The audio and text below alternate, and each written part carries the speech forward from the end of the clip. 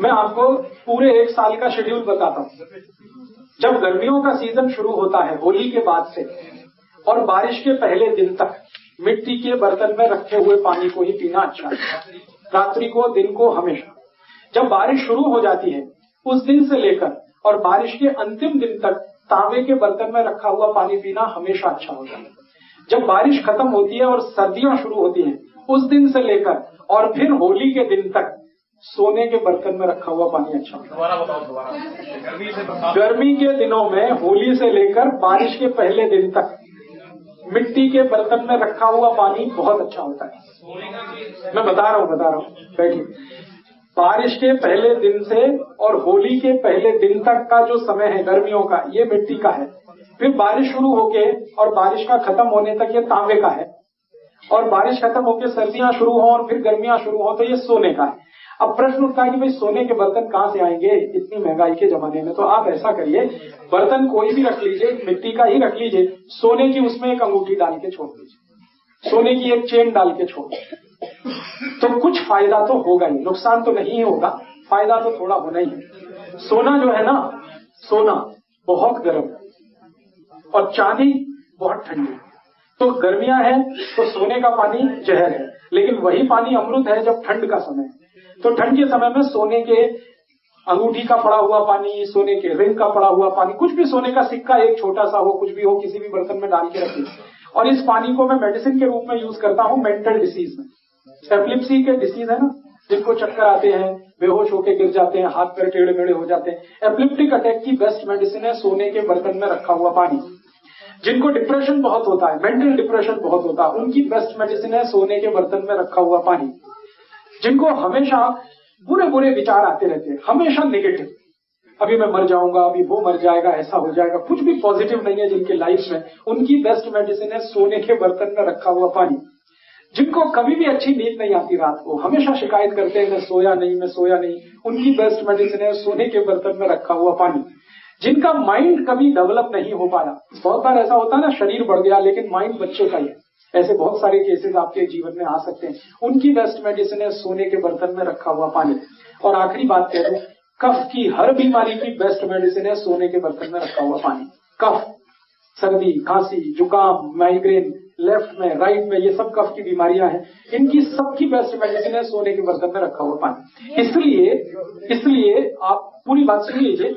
कफ का रेंज मैंने बताया था, कफ का एरिया क्या है, छाती से लेके सिर तक। इसलिए छाती से शुरू करके सिर तक के सारे गहने सोने के ही पहने जाते हैं, क्योंकि वो कफ को कंट्रोल करते हैं।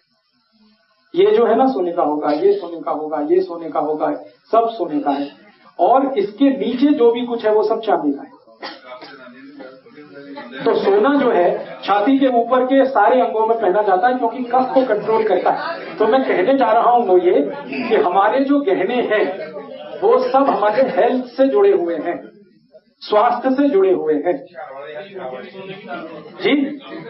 ये अंगूठी सोने की डालते हैं वो ग्रहों के चक्कर वाले, वरना हमेशा हाथ में जो अंगूठियां पहनी जाती है नॉर्मल केसेस में वो चांदी की होती है, लेकिन ग्रहों के चक्कर है, किसी को मंगल का चक्कर है, किसी को शनि का चक्कर है, पंडित जी बताते हैं तो हम पहनते हैं। तो मैं जो कहना चाहता था वो शायद आप समझ पाए हैं कि 4 महीने जब सर्दियां हैं तो सोने के बर्तन का पानी पीना है, 4 महीने जब गर्मियां हैं तो मिट्टी के घड़े का पीना है, 4 महीने जब बारिश है तो तांबे के बर्तन का पानी पीना है जी। पानी को हमेशा पीने का तरीका है कि सबसे पहले गर्म कर लीजिए, सबसे पहले सवेरे खूब उबाल दीजिए, फिर उसको रूम टेम्परेचर तक ठंडा हो जाने दीजिए, फिर बर्तन में डाल दीजिए, चाहे वो मिट्टी के घड़े में डाल दीजिए, चाहे तांबे के बर्तन में डाल दीजिए, चाहे सोने वाले उसमें डाल दीजिए, फिर उसी को दिन भर पीते रहिए।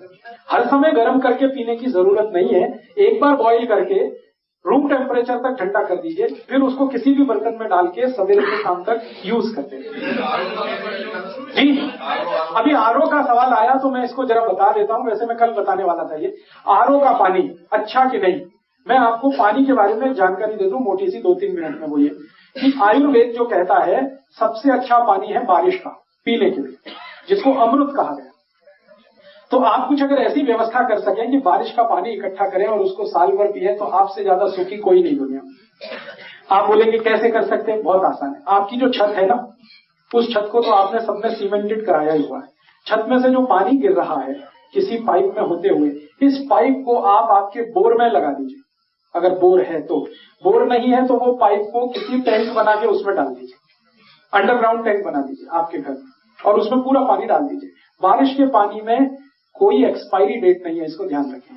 बारिश के पानी की कोई एक्सपायरी डेट नहीं है। अगर अंडरग्राउंड टैंक में आपने कलेक्ट कर लिया तो साल भर, 2 साल, 3 साल आप पी सकते हैं, कोई तकलीफ नहीं आएगी। राजस्थान में गांव के हर घर में टैंक रहता है और 5 इंच बारिश होती है, वो एक एक बूंद पानी इकट्ठा करते हैं, उसी को साल भर पीते हैं। जॉन्डिस की बीमारी उस एरिया में कभी नहीं होती क्योंकि बारिश का पानी पीते हैं। तो बारिश का पानी आपके लिए सबसे अच्छा, जैसे भी हो आप इकट्ठा करिए। दूसरा पानी जो सबसे अच्छा माना जाता है वो नदियों से आने वाला, जो नदियां ग्लेशियर्स के साथ जुड़ी हुई, जैसे गंगा नदी है, ये सीधे ग्लेशियर से आती है। ग्लेशियर की बर्फ है वो पिघलती है, मेल्ट होती है, फिर उसका पानी नदी में आता है। तो दूसरा सबसे अच्छा पानी है उन नदियों का जो ग्लेशियर से आती है, पहाड़ों से आती है। तीसरा सबसे अच्छा पानी होता है तालाबों का, जो बारिश के पानी के रूप में ही इकट्ठा होता है।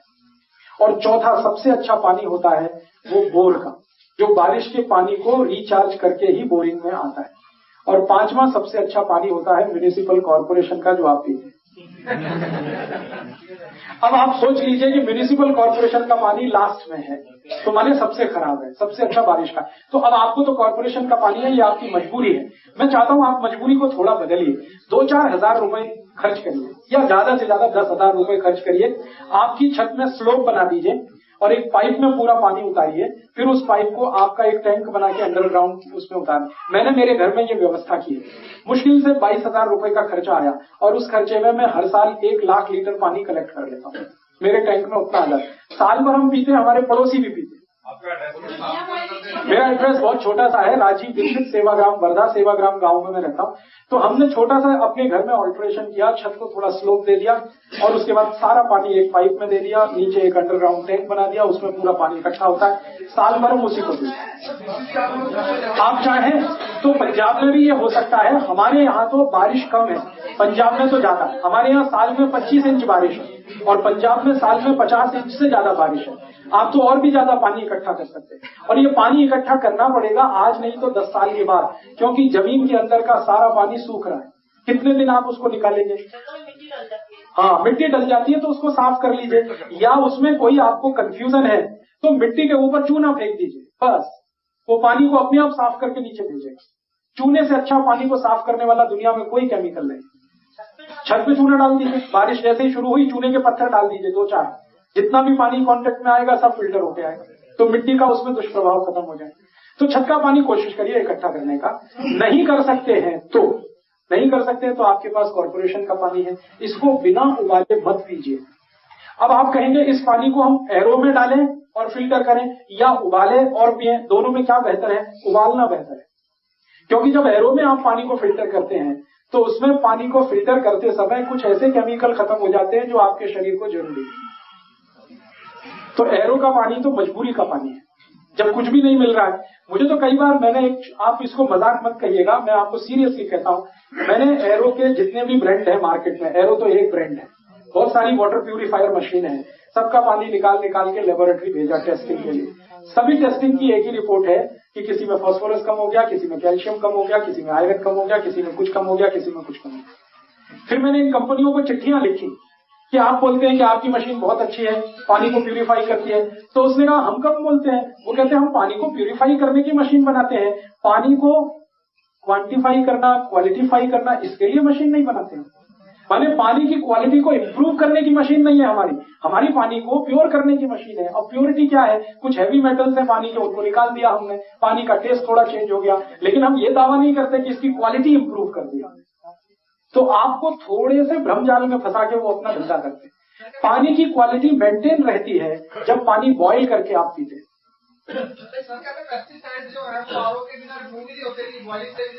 आपके शरीर में भगवान ने पेस्टिसाइड रिमूव करने के लिए 2 किडनी दे रखी है, 2 मशीनें हैं, उनका कब इस्तेमाल करेंगे आप? तो आप ये तो भूल जाइए, भगवान ने हमको 2 किडनी दी है, एक छोड़ के 2 दिए। मुंह तो एक ही दिया है खाने को, किडनी तो 2 दी है। वो इसी काम के लिए है कि जितना भी आप पेस्टिसाइड खा रहे हैं उसको खत्म करें या फ्लश आउट करें। तो आप उसकी चिंता मत करिए, किडनी अगर फंक्शनल है तो आपके जीवन में कोई तकलीफ नहीं। किडनी अगर फंक्शनल नहीं है तो जरूर ये सोचने की बात है। बिल्कुल नहीं, बारिश के पानी को बॉईल करने की जरूरत नहीं, वो तो भगवान का पानी है, उससे ज्यादा शुद्ध तो होता नहीं। नहीं, कभी मत रखिए। बारिश के पानी को मिट्टी के टैंक में रखना सबसे अच्छा है, कांच की बोतल में चलेगा। कांच जो है ना, मिट्टी का ही दूसरा स्वरूप है। सिलिका को थोड़ा प्यूरिफाई करते हैं तो कांच बन जाता है। सिलिका माने मिट्टी। गुनगुना, गर्म नहीं, गुनगुना। नहीं, तांबे और सोने का कॉम्बिनेशन नहीं है। आप सोने का सिक्का अलग रखिए, तांबे का अलग रखिए। सोने का सिक्का अभी डालिए इन दिनों में जब सर्दियां हैं, और तांबे का तब डालिए जब बारिश आ जाए। नहीं, रात को बॉईल किया हुआ पानी आप रख लीजिए, सुबह उठ के इसको पी लीजिए, कोई जरूरत नहीं दोबारा गर्म करने। रूम टेम्परेचर का पानी पी सकते हैं।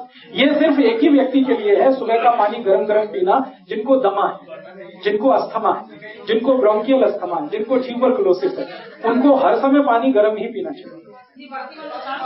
जी जी, नहीं, नुकसान कुछ नहीं है, आपको कोई नुकसान नहीं है, आप पीजिए, कोई नुकसान नहीं है। मैं तो कह रहा हूँ जरूरत क्या है, जरूरत है asthma, bronchial asthma, tuberculosis patient को हर समय गर्म पानी पीने की उनकी जरूरत है। डाल दीजिए, मिट्टी के घड़े में सोने की अंगूठी डाल दीजिए, स्टील के बर्तन में डाल दीजिए। हाँ, प्लास्टिक छोड़ दीजिए। जी, तांबे के बर्तन में सोना नहीं डाला जाता, तांबे के बर्तन में तांबा ही पर्याप्त है। सोना डालने के लिए मिट्टी का बर्तन, स्टील का बर्तन, लोहे का बर्तन, कांच का बर्तन वो यूज करें। हाँ, एक बार गर्म करके रूम टेम्परेचर पे ठंडा करके फिर तांबे के बर्तन में भरिए, गरम गरम पानी मत भरिए। ठीक है, अभी इसको थोड़ा मैं कंक्लूड करता हूँ, एक ही मिनट में मैं कंक्लूड करता हूँ। कल फिर हम मिलेंगे। कल मैं आपको एक छोटी सी माफी चाहता हूँ, 30 को शाम को भी हमने सेशन करने का बोला था, लेकिन मुझे 30 को दोपहर का टिकट मिला है ट्रेन का, रात का ट्रेन का टिकट नहीं मिला, इसलिए मुझे 30 को दोपहर में जाना है, तो शाम का सेशन नहीं होगा। तो मैं परसों का लेक्चर है वो ओपन है, टॉपिक सर है तो 10 दिन